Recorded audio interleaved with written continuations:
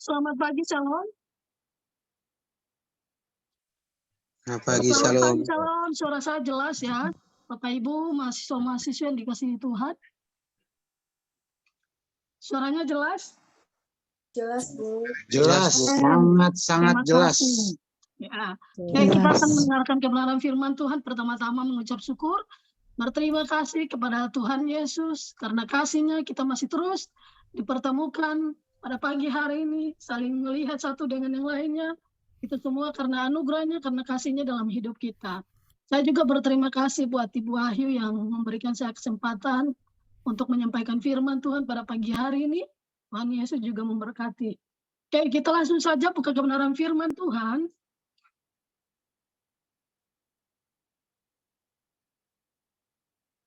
Firman Tuhan kita pada pagi hari ini terdapat dalam 1 Tesalonika pasal 4 ayat pertama. Nah, ini 1 Tesalonika ayat 4 ayat pertama sampai yang ke-12, tapi kita hanya membacakan satu ayat saja karena waktu yang diberikan cukup singkat.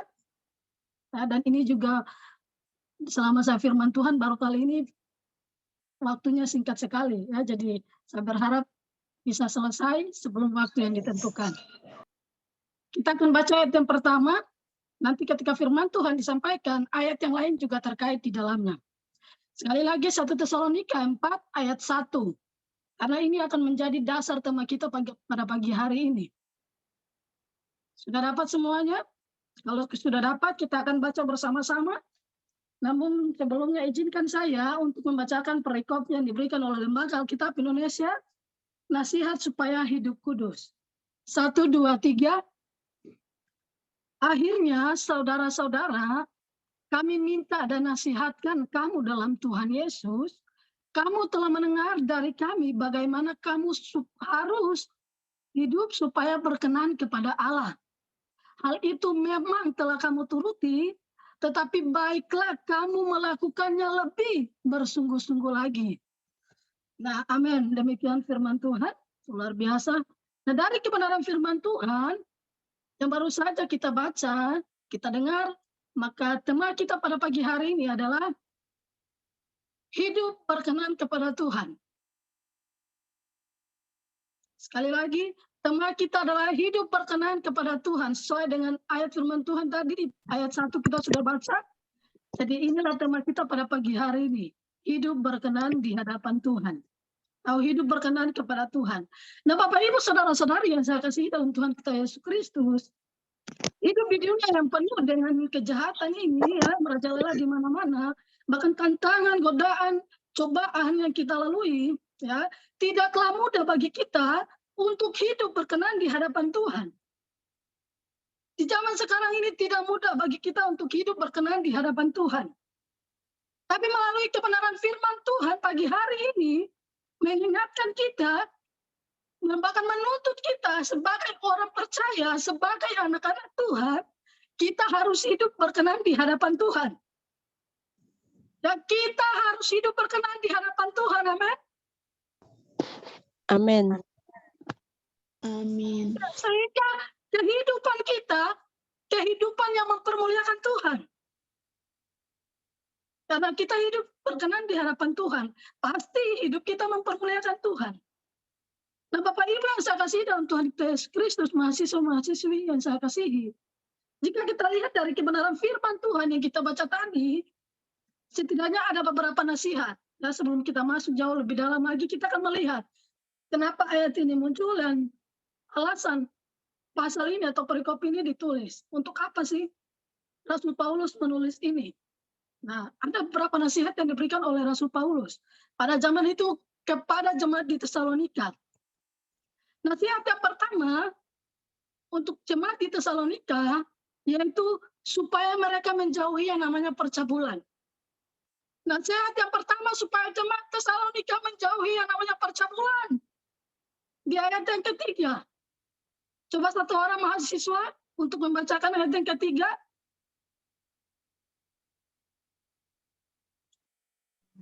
Begini firman Tuhan, karena inilah kehendak Allah, pengudusanmu yaitu supaya kamu menjauhi percabulan. Ya, itu dia nasihat Rasul Paulus kepada jemaat di Tesalonika. Supaya mereka hidup menjauhi yang namanya percabulan. Kemudian yang kedua, nasihat Rasul Paulus kepada jemaat di Tesalonika adalah mereka hanya wajib mengambil satu orang istri atau suami yang sah. Tidak boleh lebih. Coba di ayat 4, satu orang lagi bantu kita untuk membacakan. Begini firman Tuhan, supaya kamu masing-masing mengambil seorang perempuan menjadi istrimu sendiri dan hidup di dalam pengudusan dan penghormatan. Oke ya, itu. Kemudian selanjutnya nasihat yang diberikan oleh Rasul Paulus kepada jemaat di Tesalonika adalah supaya hidup mereka berbeda dari orang-orang yang tidak mengenal Allah. Kerinduan Rasul Paulus bagi jemaat Tesalonika, orang percaya di Tesalonika, supaya hidup mereka berbeda dari hidup orang-orang yang tidak mengenal Allah pada zaman itu. Coba dibaca di ayat yang kelima. Begini firman Tuhan, bukan di dalam keinginan hawa nafsu seperti yang dibuat oleh orang-orang yang tidak mengenal Allah. Ya, seperti orang-orang yang tidak mengenal Allah. Itu nasihat yang diberikan oleh Rasul Paulus kepada jemaat di Tesalonika. Ya, ada juga nasihat sebenarnya dalam ayat ini terkandung supaya jemaat Tesalonika pada zaman itu menjauhi yang namanya perzinahan, menjauhi yang namanya seks yang menyimpang, bahkan menjauhi yang namanya perkawinan saudara. Ini nasihat yang diberikan oleh Rasul Paulus kepada jemaat di Tesalonika pada zaman itu. Dan saya percaya nasihat ini bukan hanya berlaku kepada jemaat di Tesalonika, tapi juga berlaku buat kita pagi hari ini, amin. Amin. Dan kembali ke tema kita, hidup berkenan kepada Tuhan. Ya, tema kita hidup berkenan kepada Tuhan. Lalu apa langkah atau tindakan yang harus kita lakukan, yang harus kita kerjakan supaya hidup ini hidup yang berkenan kepada Tuhan? Kalau saya lihat dari perikop ini, satu kuncinya supaya hidup kita berkenan kepada Tuhan, di situ jelas melakukan kehendak Tuhan. Ya, dari perikop ini supaya hidup ini berkenan kepada Tuhan, maka kita harus melakukan apa yang menjadi kehendak Tuhan, apa yang menjadi kemauan Tuhan, apa yang menjadi keinginan Tuhan dalam hidup ini. Jika kita melakukan kehendak Tuhan dalam hidup ini, maka pasti tentunya hidup kita hidup berkenan di hadapan Tuhan. Amin. Amin. Ya. Jadi lakukan kehendak Tuhan. Apa yang Tuhan mau dalam hidup ini kita lakukan, kita kerjakan. Supaya hidup ini hidup menyenangkan, hidup yang berkenan di hadapan Tuhan. Lalu apa kehendak Tuhan bagi setiap kita orang percaya, bagi setiap kita anak-anak Tuhan pagi hari ini? Nah, setidaknya ada dua hal yang akan saya bagikan pada pagi hari ini. Apa sih yang menjadi kehendak Tuhan buat kita pada pagi hari ini? Ada dua hal. Kehendak Tuhan bagi setiap kita orang percaya. Yang pertama adalah hidup dalam kekudusan. Sekali lagi, kehendak Tuhan bagi kita orang percaya yang pertama adalah hidup dalam kekudusan. Nanti Bapak Ibu saudara-saudari bisa lihat di ayat 3 sampai yang ke-7, di situ ditekankan tentang pengudusan hidup. Ya, hidup dalam kekudusan. Dalam bahasa Ibrani, kata kudus sendiri menggunakan kata kados, yang berarti memisahkan diri dari apa yang cemar, tidak bercela dan tidak bernoda. Nah, dalam bahasa Yunani sendiri menggunakan kata hagiasmos, yang berarti kita naik level yang lebih tinggi atau naik ke standarnya Tuhan. Ya, ini kata hagiasmos, naik level ke standarnya Tuhan. Ini artinya bahwa pagi hari ini Tuhan mau setiap kita orang percaya tanpa terkecuali memisahkan diri dari yang namanya dosa, memisahkan diri dari yang namanya apa yang cemar, apa yang bernoda, dan apa yang bercela. Ini yang Tuhan mau buat kita pagi hari ini. Sehingga dengan demikian kita naik ke standarnya Tuhan. Makanya firman Tuhan dalam 1 Petrus 1 ayat 15 mengatakan, kuduslah kamu sebab aku kudus. Itu artinya Tuhan mau kita naik ke standarnya Tuhan. Standar Tuhan bagi kita orang percaya, pengudusan hidup. Ya, pengudusan hidup. Nah, saya secara pribadi, Bagi saya definisi hidup kudus itu, secara pribadi ini saya mendefinisikan hidup kudus itu adalah membenci apa yang Tuhan benci, mencintai apa yang Tuhan cintai. Ya, itu bagi saya definisi saya dalam kekudusan. Sesuatu kalau kita benci, kita tidak akan pernah melakukannya. Bukan melakukannya saja, bahkan mencama pun kita tidak akan mau. Kalau kita benci. Ya, makanya bagi saya itu, definisi kekudusan adalah mencintai apa yang Tuhan cintai, membenci apa yang Tuhan benci. Ya, dan tentunya di pagi hari ini yang kita benci adalah dosa. Jadi jangan pernah kompromi dengan yang namanya dosa. Karena kehendak Tuhan bagi kita pagi hari ini yang pertama adalah hidup dalam kekudusan. Nah, mungkin ada sebagian orang berpikir atau mungkin sebagian orang punya pendapat yang sudah terkonsep di mindsetnya bahwa hidup kudus itu nggak berlaku buat orang yang jarang ke gereja. Karena hidup kudus hanya berlaku bagi mereka yang punya jabatan di gereja. Entah dia sebagai gembala, entah dia sebagai majelis, entah dia sebagai PDM, entah dia sebagai pengerja, bahkan orang yang rajin ke gereja. Hidup kudus hanya berlaku bagi mereka. Apakah demikian? Tentu tidak. Pagi hari ini, jika di antara kita masih punya pemikiran yang demikian, mungkin orang-orang yang kita kasihi di kampus sana masih punya pemikiran seperti ini. Tidak kebetulan kita ada di STT Kataros, amin. Supaya ketika kita pulang, jika ada yang masih punya pemikiran seperti ini, kita bisa menasihatkan, kita bisa menyampaikan firman Tuhan pagi hari ini. Bahwa kekudusan hidup bukan hanya berlaku buat pendeta, kekudusan hidup bukan berlaku buat pengerja, bahkan majelis dan lain sebagainya. Tapi kekudusan hidup berlaku bagi setiap orang yang percaya kepada Yesus Kristus. Amin. Amin. Iya. Ya, kalau kita lihat kebenaran firman Tuhan pada pagi hari ini, jelas di sana.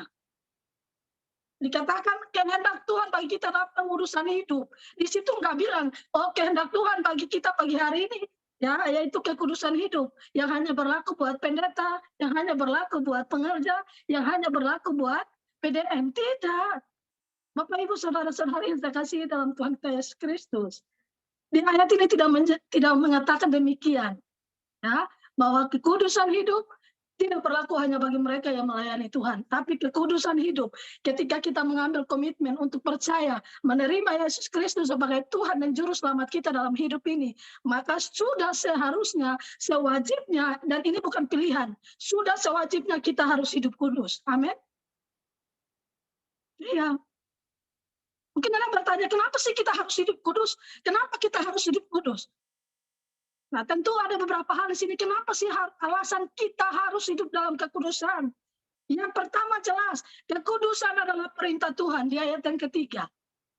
Kekudusan adalah perintah Tuhan. Kalau itu perintah Tuhan, maka sudah seharusnya kita untuk melakukan, kita untuk mengerjakan kekudusan hidup itu. Kemudian yang ketiga, kenapa harus hidup kudus? Supaya kita bebas dari hukuman. Di ayat 6 jelas, coba satu orang baca di ayat 6. Kenapa kita harus hidup kudus? Supaya terbebas dari yang namanya hukuman. Ayat yang ke-6, beginilah firman Tuhan. Dan supaya dalam hal ini orang jangan mempermalukan saudaranya dengan tidak baik atau memperdayakannya. Karena Tuhan adalah pembalas dari semuanya ini, seperti yang telah kami katakan dan tegaskan dahulu kepadamu. Ya, Tuhan adalah pembalas. Jika kita hidup ya tidak sesuai kehendak Tuhan, tidak dalam kekudusan hidup, ingat Tuhan adalah pembalas. Kita akan menerima ganjaran, kita akan menerima hukuman yang setimpal dengan apa yang kita lakukan, kita kerjakan. Ya, jadi pagi hari ini, kenapa kita harus hidup kudus? Biar kita terbebas dari hukuman. Amin. Amin. Kemudian yang ketiga, kenapa kita harus hidup kudus? Di sana dikatakan supaya kita tidak menolak Allah dan Roh Kudus yang sudah diberikan buat kita. Kalau hidup kita sehari-hari gemar dengan dosa, ya itu secara tidak langsung kita juga tidak mau membuat Roh Kudus untuk bekerja dalam hidup kita. Ya. Kita tidak mau Roh Kudus untuk bekerja dalam hidup kita. Jika hidup kita hari demi hari yang kita jalani gemar dengan yang namanya dosa. Makanya pagi hari ini pengudusan hidup sangatlah penting. Kemudian selanjutnya, kenapa kita harus hidup kudus? Dan tentu tujuan kita hidup kudus supaya kita masuk dalam kerajaan surga. masuk dalam kerajaan surga. Coba baca Ibrani 12 ayat 14.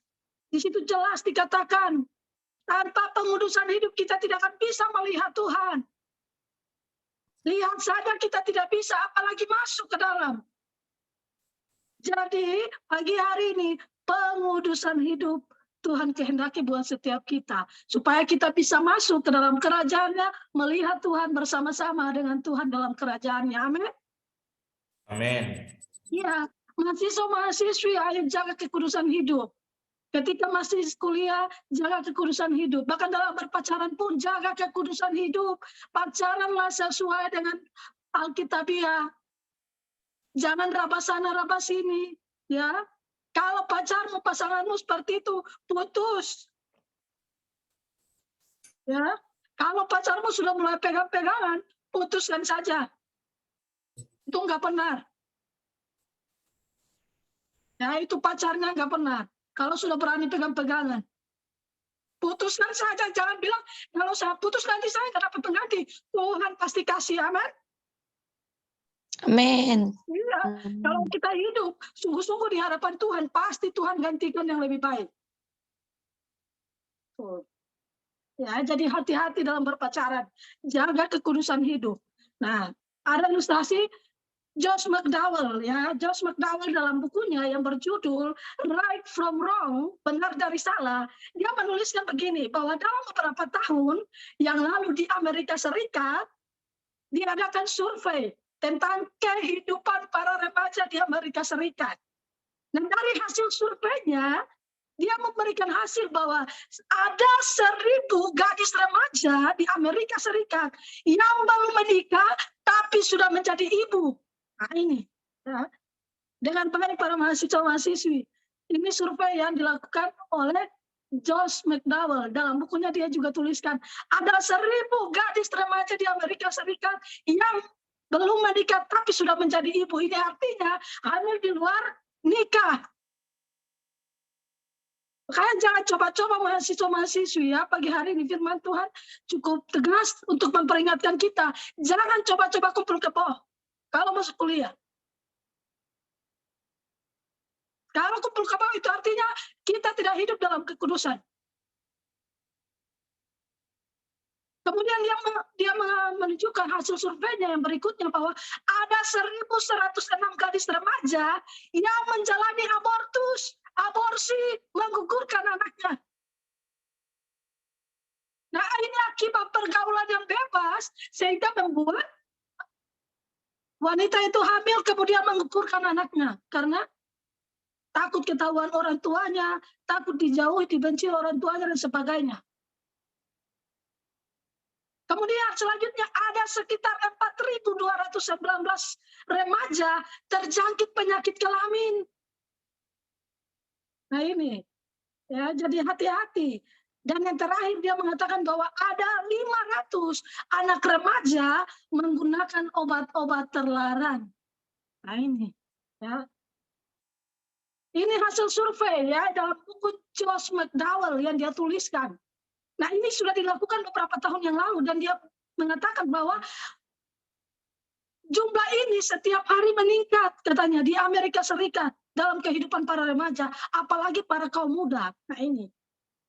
Dan pasti kita juga percaya bahwa bukan cuma hanya terjadi hal ini di Amerika Serikat, di Indonesia pun sendiri pasti banyak remaja dan kaum muda-mudi yang terlibat hal-hal demikian. Nah, tapi pagi hari ini, buat kita para mahasiswa-mahasiswi, tidak kebetulan firman Tuhan pagi hari ini mengingatkan kita supaya kita menjaga, ya, dan ilustrasi ini. Ini artinya betapa sangat-sangat pentingnya kekudusan hidup. Amin. Amin. Ya, kita belajar dari ilustrasi tadi itu. Ya, Josh McDowell.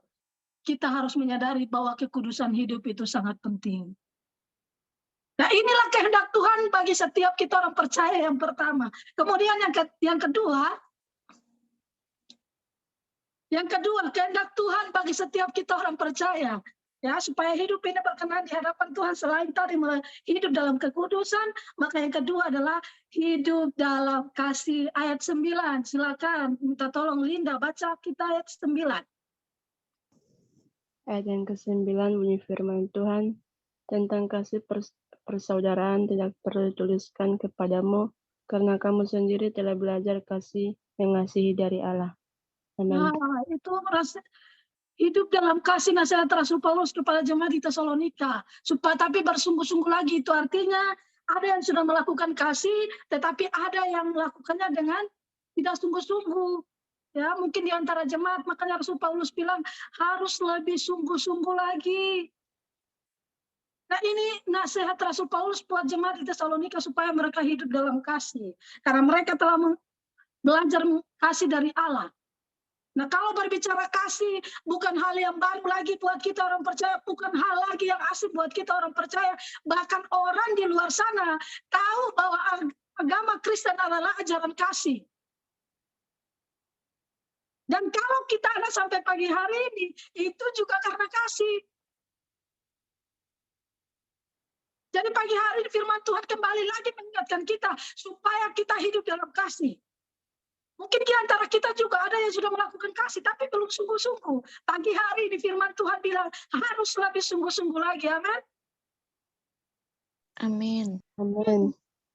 Kalau kita lihat tadi, Rasul Paulus menasihati jemaat di Tesalonika untuk hidup dalam kasih, bahkan lebih bersungguh-sungguh lagi. Kenapa? Karena Rasul Paulus sendiri menyadari bahwa Allah sudah terlebih dahulu mengasihi Rasul Paulus, bahkan jemaat di Tesalonika. Makanya dia berani menasihati para jemaat pada zaman itu, supaya mereka juga hidup dalam kasih. Dan nasihat pagi hari di Rasul Paulus berikan buat jemaat di Tesalonika, bukan cuma berlaku bagi mereka, tapi juga berlaku bagi kita.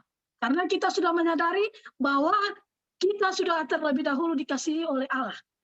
Jadi sudah sepatutnya kita juga harus hidup dalam kasih. Karena kita sudah dikasihi, bahkan Allah adalah sumber kasih. Yohanes 3:16. Kalau Allah itu sumber kasih, kita menerima kasihnya, masa sih kita nggak hidup dalam kasihnya? Ya, jadi pagi hari tidak ada alasan bagi kita untuk tidak hidup dalam kasih. Melainkan biarlah kita jadikan kasih itu sebagai lifestyle atau gaya hidup kita sebagai orang percaya ketika Tuhan berikan kesempatan buat kita hidup di tengah-tengah dunia ini. Mari kita tebarkan kasih. Jadi dapat di sekeliling kita dengan hidup dalam kasih. Mengerjakan melakukan kasih itu dalam hidup kita. Sehingga kasih itu bukan hanya lip service doang, ya. Ketika kita berdiri di mimbar membicarakan kasih, ketika kita lihat poster-poster yang membicarakan tentang kasih, bahkan kita sendiri membicarakan kasih, kita juga harus melakukan kasih itu, supaya bukan cuma omongan doang tentang kasih itu. Tapi kita mampu mengaplikasikan, mengerjakan kasih itu dalam tindakan kita, perbuatan kita hari demi hari. Amin. Amin. Hidup dalam kasih, ya, orang yang hidup dalam kasih, dia akan wujud nyatakan dalam beberapa hal. Yang pertama, saling mengingatkan. Ya, ketika kita melihat ada mungkin teman-teman kita atau saudara seiman kita yang hidupnya tidak sesuai dengan kebenaran firman Tuhan, sebagai orang yang mengasihi saudara seimannya, dia harus mengingatkan, menegur dengan kasih. Ini bukti kasih kita. Jadi kasih bukan hanya ketika saya memberi itu kasih, tidak. Ya, kasih terlalu luas. Kalau didefinisikan banyak sekali wujud nyatakan kasih. Saling mengingatkan, Wahyu 3:19. Barang siapa aku kasihi, aku tegur dan kuhajar. Nah, itu kata firman Tuhan. Kemudian yang kedua, wujud nyata kita hidup dalam kasih adalah dibuktikan dengan tindakan kita saling menolong. Galatia 6:2. Saling tolong menolonglah kamu dari situ. Dan ini bukti kasih kita ketika kita lihat saudara seiman kita, sahabat kita, teman kita, hamba Tuhan yang mungkin satu pelayanan dengan kita, ketika mengalami yang namanya satu kesulitan dalam hidup, problem dalam hidupnya, ayo kita saling menolong satu dengan yang lainnya. Kalau kita tidak bisa menolong dengan materi, kita bisa menolongnya dengan doa. Karena kita percaya bahwa dengan doa, Tuhan jauh melakukan perkara besar untuk membantu dia melewati setiap masalah apapun. Amin. Ya. Kemudian yang ketiga, wujud nyata dari kasih. Ya, kita hidup dalam kasih adalah saling berbagi. Kisah para Rasul 2 ayat 44 sampai 45 di sana jelas. Ya, kita sudah pasti tahu ini kehidupan jemaat mula-mula. Mereka saling berbagi. Ya, jadi buat para mahasiswa-mahasiswa saling berbagi. Jangan pelit-pelit. Nah, saling berbagi bukan berarti ketika nanti UAS, UTS saling berbagi jawaban. Bukan itu maksudnya ya. Jadi jangan salah tafsir. Saling berbagi ya. Yang pasti ketika kita lihat yang lainnya kita saling berbagi. Kita punya lebih, Tuhan berkati kita lebih, bagilah dengan orang lain. Nah, itu.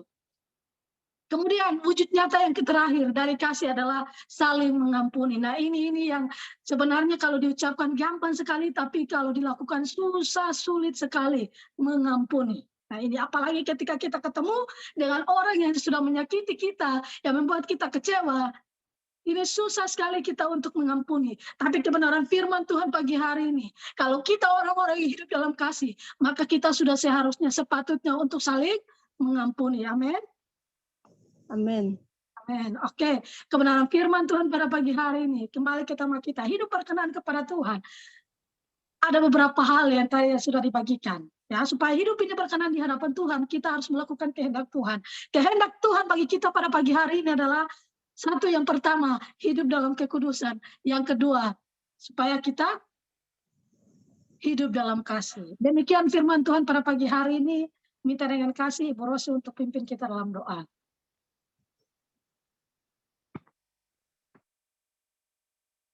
Ibu Rosiana pimpin kita dalam doa, Bu. Mari kita berdoa.